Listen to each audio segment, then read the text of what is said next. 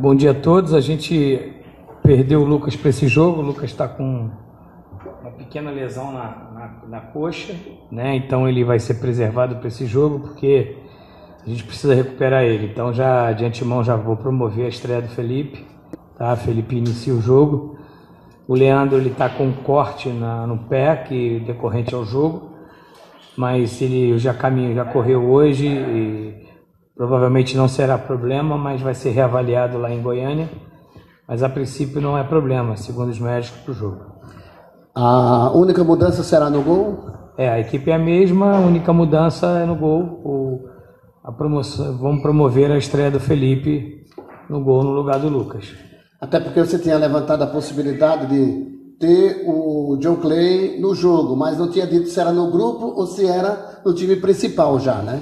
O John Clay está relacionado, ele viaja, respondeu bem aos treinamentos da semana. O Berola ainda não chegou à liberação dele do México, né? Mas mesmo que chegasse, o Berola ainda requer um pouco mais de tempo, né? Na resposta dos treinamentos. O John não treinou muito bem, correspondeu bem, a gente vai inserir ele para que ele possa ter uma progressão dentro do grupo e uma parte do jogo, se precisar, ele já aguenta. O CSA está vivendo um momento que os clubes não querem que o CSA pontue, né? Mas é um momento assim de grande expectativa, porque principalmente quem está concorrendo pelo acesso. Como é que você vê esse momento também, o Cabo? Com tranquilidade, pelo lado bom, né? Sinal que o nosso trabalho está surtindo efeito, então a gente encara isso com muita tranquilidade, a gente foca no nosso trabalho, nos nossos objetivos. A gente inicia o segundo turno da mesma forma que iniciamos o primeiro, com muito respeito aos adversários e sabendo qual a nossa meta e sabendo onde a gente quer alcançar essa meta. Então, é ter tranquilidade, a gente começa uma nova etapa, então a gente tem que ter a mesma mentalidade, o mesmo foco e concentração de quando nós começamos o primeiro turno na estreia diante do Goiás. Professor, bom dia. Não tem como individualizar a campanha em 2, 3 jogadores, mas gostaria que o senhor falasse do Celcinho e do Rafinha, né? Os dois com 4 assistências cada na Série B são vice nesse quesito na competição. O que é que dá para falar desses 2 jogadores na Série B? Por isso que a gente teve a manutenção dele do estadual para o brasileiro, potencializamos eles e sabíamos que eles iam corresponder, eles passam um bom momento. Por isso que a gente não trouxe o lateral esquerdo, por isso que a gente trouxe o lateral direito para poder competir com o Celcinho, porque a gente sabia a resposta que o Celcinho poderia dar e o bom campeonato que ele está fazendo. Isso é mérito dos jogadores, que têm trabalhado bastante e tem sido recompensado aí com boas atuações e nos ajudando muito. E os números, contra fato, não tem argumento, porque os números já respondem por eles. Professor, como é que você está esperando o Goiás? Já tem o Gilberto que foi expulso, o Lucão, um dos vice-artilheiros da competição, virou dúvida para esse jogo. O time começou mal, mas aí se recuperou com o Ney Franco. Como é que você está esperando esse adversário na sexta-feira? A gente vai pegar um Goiás muito mais forte do que a gente pegou no primeiro turno, porque o primeiro turno vinha de um título e era o primeiro jogo fora de casa, a gente fez muito prevalecer o mando de campo, mas o Goiás hoje tem uma nova postura com o Ney, um time que está crescendo dentro da competição, treinador muito experiente, uma equipe muito forte por si só, e jogando em Goiânia se torna muito mais forte. Então a gente sabe que a gente precisa ter uma equipe muito competitiva para que a gente possa alcançar os nossos objetivos nesse jogo. Marcelo Cabo, Rubens, quem é o Rubens? 24 anos, estava no Tombense. Você falasse desse jogador, se conhece ele bem? Conheço muito bem o Rubens, desde a base do América Mineiro. Tive a oportunidade de enfrentar o Rubens algumas vezes quando eu trabalhei no Campeonato Mineiro, em alguns amistosos quando eu estava no Rio de Janeiro. Jogador que ano passado foi campeão com o América Mineiro da Série B, era o suplente do Bill. Um jogador de 24 anos, 1,94 m. Foi escolhido sim por uma seleção de atacantes, que a gente precisava de um atacante com uma característica diferente do que a gente não tem.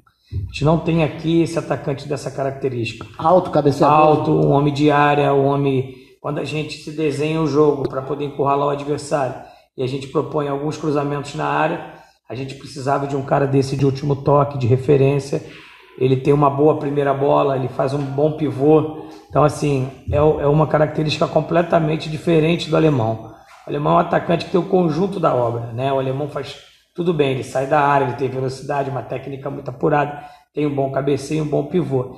Mas ele não é esse 9 de área, esse 9 de último toque na bola, esse 9... Vou dar um exemplo. O gol que o Hugo fez, provavelmente se a gente tem o Rubens, esse gol poderia ser do Rubens. Uma hora que a gente estava amassando bem o Juventude, propondo. Você vê que o nosso gol foi 3 cruzamentos na área. Então o Rubens foi escolhido por isso. Um jogador que eu conheço bem, um jogador que fez uma boa Série C pela Tombense, né? E um bom menino, um extracampo muito bom. Então, assim, é um jogador que foi escolhido pela característica dele, que a gente não tem no elenco, para a gente mudar uma característica de jogo. Então, o Rubens tem 24 anos, um jogador de...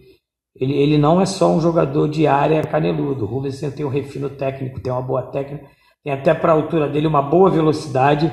Então, é um jogador que a gente escolheu dentro do nosso banco de dados com muito critério, para a gente ter essa opção também dentro dessa reta final do segundo turno. Você espera que essa situação do Berola venha a ser logo conduzida, sim, regularizada? Sim, pelo que o Chiquinho e o Marcelo têm me passado, eu acho que é uma questão de troca de documentos e eu acredito que para o São Bento a gente já vai ter o Neto à disposição e é o nosso planejamento promover a estreia dele contra o São Bento, né?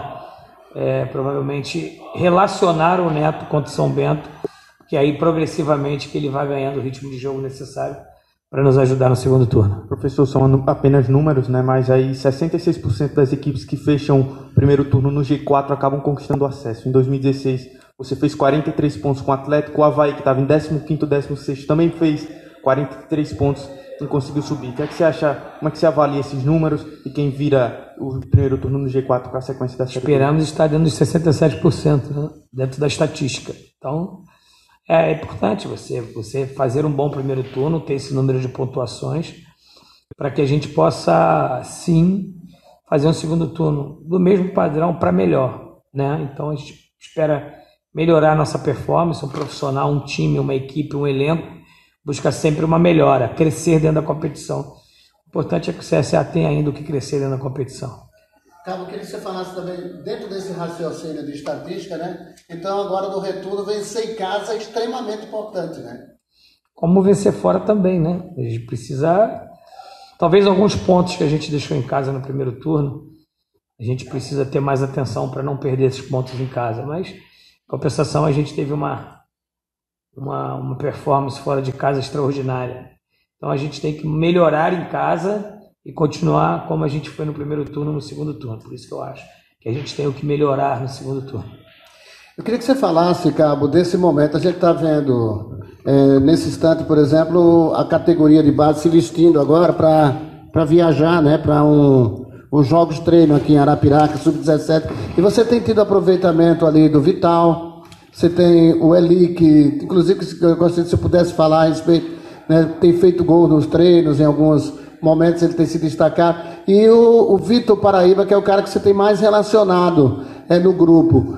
Você é o cara que tem esse perfil de lançar também jogadores novos em competições assim oficiais, pessoal, tem muitos clubes aí que fazem isso. Como é que você vê, como é que é o teu trabalho com relação a esses garotos e o lançamento deles numa competição? Primeiro, parabenizar o belo trabalho que a categoria de base vem fazendo dentro do CSA, né, comandada aí pelo Fabiano, pelo Pedrinho, pelo Fernando, pelo Mossoró.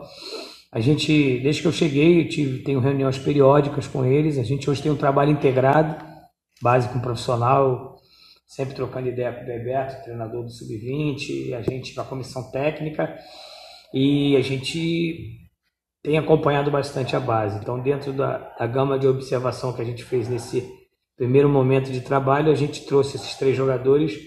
Na princípio foram 7, né? E esses 3 continuaram permanente no profissional, onde a gente viu que estava mais perto, mais próximo de integrar a equipe do profissional pela resposta nos treinamentos.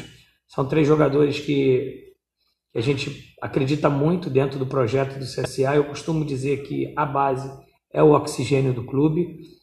Eu acredito que a gente não precisa ir buscar fora o que a gente tem em casa, né? O CSA tem uma base boa, forte, competente, capaz. Então a gente tem toda a condição de revelar voltar a revelar bons nomes e bons jogadores no CSA. Por isso, essa integração, por isso que esses 3 jogadores já estão integrados direto no profissional, mas também estamos olhando outros jogadores do Sub-20 também.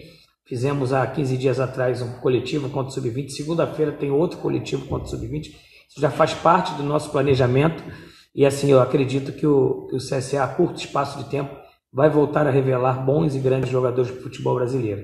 Então, o Eli foi muito bem no último jogo treino, ele atuou por 30 minutos e fez 2 gols, e teve uma participação muito atuante. O Eli é um atacante de muita mobilidade, de muita velocidade, um jogador flexível, né? Ele não é aquele 9-9 de último toque, então ele é um jogador que está crescendo muito de produção, e esse primeiro momento a gente está amadurecendo esses jogadores como jogador profissional, né? Mas o nosso projeto é que a gente possa lançá-los de vez no estadual já.